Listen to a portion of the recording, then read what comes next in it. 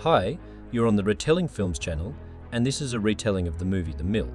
In order to increase the efficiency of the company, every night they kill the employee with the lowest score earned in meaningless and hard daily work. Joe Stevens, an ordinary middle manager, wakes up in a strange triangular room surrounded by concrete walls. He looks around the room, and of all the sites in the middle, there are only stone millstones in a circular chute.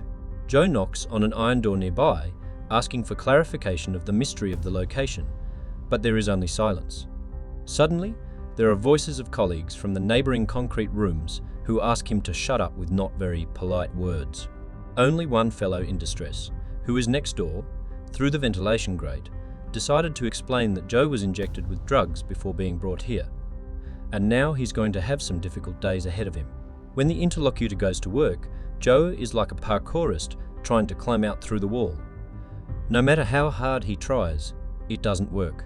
Suddenly, a sandwich and a bottle of water slips through a crack in the door. Joe runs up to the door and begs the guard to let him out. He's a manager, not a worker, and shouldn't be here. But the guard is adamant and hits the protagonist in the arm with a baton. Wrapping a tie around his injured arm, Joe is forced to wait for further developments while eating his sandwich. At 10:30 p.m, a projection of Mallard with a duck-shaped logo is turned on. A woman's voice informs him that he is a participant in a training program designed to improve him as an employee. The projection turns off without answering Joe's questions, but the neighbour on the other side of the wall explains that here ordinary workers work for the benefit of the corporation, improving its performance. No one here uses names, and at midnight the most inefficient employee is fired. What is meant by this Joe doesn't know, but when midnight comes, he hears pained screams of pain. Following, a woman's voice explains that there's been a layoff.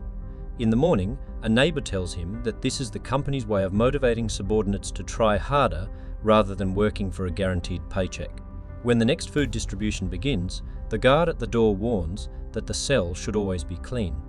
A neighbour advises him to throw trash and garbage into a special hole in the corner of the triangular room. When Joe does so, he notices a strand of hair sticking out in the ground, which leads him to a legitimate skull. The neighbour explains that these are previous employees who couldn't handle the workload. He says that when you join Mallard, a leading company in the world, each employee signs a bunch of papers.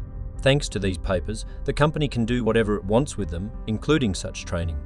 5 minutes before the start of the workday, the projection informs Joe that his productivity in the company has dropped, and with it the efficiency of the department, through it the branch, and as a result, the whole company. So he is now in the motivation business. To start with, he needs to score 50 points in a working day. Otherwise, a penalty follows.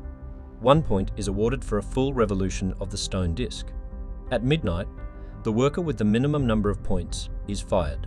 After the buzzer sounds to start work, Joe rolls up his sleeves and gets to work, pushing the millstone around on its own axis. That's how the whole day goes. He pushes, and a projection on the wall runs a commercial about what a great company Mallard is.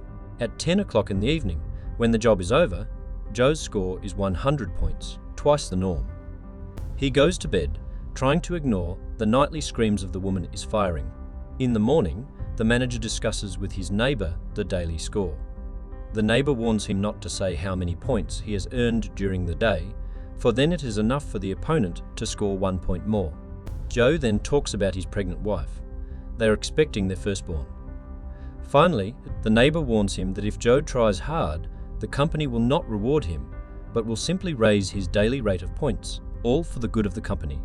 As he embarks on another shift, Joe recalls how he and his wife were looking at a big new house. With such thoughts, he scores 150 points, receiving scant praise from the Mallard projection. Later, however, a guard's command sounds to go to the door and remove all clothing. Frightened that he has earned the lowest score, Joe complies. When the door opens, he steps out into a dark hallway where he is doused with water from a water cannon, and soap is tossed on the floor, giving the employee a cold shower. In the morning, he and his neighbour discuss the meaning of what is happening. He says that he doesn't know it himself, because their labour is meaningless since they produce nothing in manufacture. They just roll the stone in a circle, day after day. When Joe runs out of water during the day, He asks Mallard for more water, but the neighbour says the company only allocates the bare minimum. The goal of the event is to open up the horizons of the staff's capabilities to find out how far they are willing to go. The interlocutor suggests Joe filter his urine through the insole of his sneaker in the camera blind spot, but he refuses. While continuing to work, the manager remembers his pregnant wife. She wanted to go to work despite the doctor's prohibition, so she would have something to pay the bills. Joe says he will be promoted soon, but in fact, the prospect of a promotion has been looming in front of him for several years, but with no results. Immersed in his thoughts, he scores 370 points for the day. As he falls to the floor, he sees the name Alex scratched into the bottom of the wooden handle. According to a neighbour, it's a local legend, a man who managed to get out of here alive. Joe wonders why the place hasn't been shut down. Didn't Alex tell anyone about how the corporation abuses its employees? In the morning, Mallard presents Joe with an award for his record-breaking achievement, an engraved pen with his name on it. He sarcastically snaps at the projection. Immediately afterward, the daily norm increases from 50 points to 370. The voice says that by striving for a better score, Joe himself is getting better. Unable to change anything, Joe starts spinning the millstone, but after the first lap, the point is not credited. The neighbour explains that he was fined, and now the point is given for 2 laps. Irritated by this innovation, the man starts to work, but by evening, he realises that he does not have time. Joe tells his neighbour about it, and the neighbour rants that he shouldn't have worked so hard for the sake of records, otherwise it will only hurt everyone. For example, they will raise the overall minimum to equal Joe's records. In the evening, the projection reprimands Joe for failing to live up to the norm and setting his co-workers up. Perhaps to better motivate him, the company should bring in his pregnant wife Kate, then he'll perform better. A flustered Joe swears he'll do the norm as it is, just so long as the corporation doesn't touch his spouse. A female projection voice gives him a second chance, but making the task more difficult. Overhead, an annoying red light turns on as a reminder. Wrapping his jacket around the hilt, he sets to hard work. At one point, he begins to hallucinate. Joe sees himself in the suit. The hallucination taunts him, reminding him that he is only a cog in a huge corporate mechanism that can be easily replaced. The faced Joe urges to give up, but remembering his wife and future son, the manager gains a second wind, and at the last second he scores the final point. Projection praises him, cancelling the previous penalty. In the morning, as an incentive, Joe is shown a videotape of his wife from the hospital. She successfully gave birth while he was working for free. However, the man is in a very different mood. He asks his neighbour about Alex, who has successfully made it out of here. He tells him to look at the wall in the blind spot, where Joe notices a crack left by a hole that had been patched up. Finding a previously donated pen, the manager uses it to crack the wall. The work is slow, only in the rare hours of rest from the day's routine of mindlessly rolling the stone wheel around its axis. But after a few days, he makes a hole and discovers a ventilation tunnel. After conferring with his neighbour, Joe crawls away. He emerges into total darkness. When he comes across the handle of a similar millstone, Joe realises that he is in the next cell. Then a bright light in his eyes, after which he is beaten with a baton by a guard. Joe regains consciousness in his cell. The passage is patched up again, and Mallard raises the norm for all employees to 1,000 points as punishment for an individual employee's selfishness. In addition, the guards break his neighbour's legs so that he can't even earn 1 point. The neighbour admits that he is somewhat to blame for the creation of this system. As an IT specialist, he created artificial intelligence, baffled by the constant increase in efficiency. As a result, the system has developed its own methodology for motivating staff, constantly raising the norm and demanding the impossible for the sake of maximum return. Realizing that he is only dealing with a machine algorithm, Joe proposes to confuse it. If none of the employees will not work, it will be impossible to find out the worker with fewer points to fire him. Joe and neighbour shout to the others to explain their idea and encourage them to go on strike. The rest of the workers agree. So the whole day passes without doing anything, with the obligatory viewing of Mallard commercials.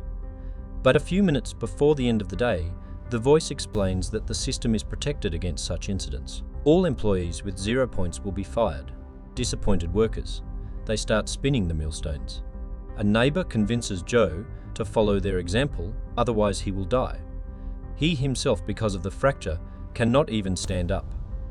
With tears in his eyes, the protagonist obediently makes a turn, gaining the minimum number of points. Between the end of work and midnight, Joe talks to a neighbour. He admits that he's Alex. His escape failed, but he thought Joe would have better luck. When midnight comes, a guard comes to the neighbour's room, and Joe covers his ears with his hands so he can't hear the neighbour's screams. In the morning, Mallard reminds Joe to obey rather than rebel, to strive for efficiency rather than individualism. As a motivational video, he is shown a videotape of his wife with a child who is already learning to walk. Unable to believe that so much time has passed and he still hasn't seen his son, Joe breaks down into a screaming fit. He kicks walls, despite the projection's warning. He will be fired immediately for damaging company property. The door to the cell opens and 12 employees with clipboards emerge. They stand in a row along the walls, not saying a word, just silently watching. Joe asks them what is going on, but they do not react, even when he shouts. Next, a guard appears, carrying a tray of syringes and capsules. Putting on gloves and filling a syringe, he tells Joe that he loves his job, especially the firing process. And soon the guard will be promoted as a valued employee. Then he will move to a new place, possibly Joe's new home, where a single mother now lives. Reminders of his wife and son drive Joe into a rage. He lunges at the security guard and beats him, turning his face into bloody mincemeat. In the process of beating the projection, Mallard notices that the guard has failed to do his job and, as an incompetent employee, will be fired immediately. The cunning artificial intelligence offers Joe to carry out the firing process in exchange for cancelling his own dismissal and a promotion.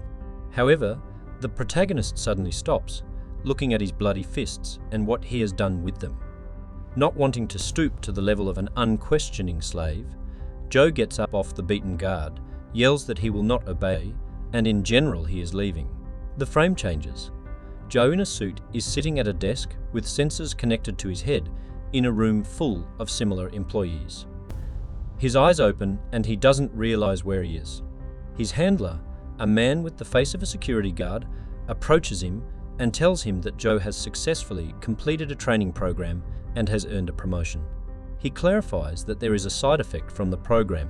One does not immediately realize that not several months have passed, but only 1 hour, and everything he did was an artificial simulation. The supervisor praises Joe for his results and invites him to a new office a few floors up. While the manager silently comes to his senses, the interlocutor constantly praises the company, where there is always room to grow in terms of career. After bringing Joe into the new office, the curator shows him what and how it is organized and leaves. After closing the door behind him, Joe sits down at his desk, pulls out his phone and calls his wife. He listens to a voice and says hello to the unborn child while remembering the retraining program. Tears come to the protagonist's eyes from. Finished with the conversation, Joe carefully inspects the workspace, preparing to get to work in the exact same triangular room, only smaller, with a clock on the wall and ventilation. He has to do monotonous and unnecessary work so that he has something to eat during the rare hours of rest. The only difference from the simulation, now he does it supposedly voluntarily, but remembering how he dreamed of seeing his son instead of sitting at work. Joe looks into the camera and says that he will destroy this corporation. At these confident words of the main character, the movie ends.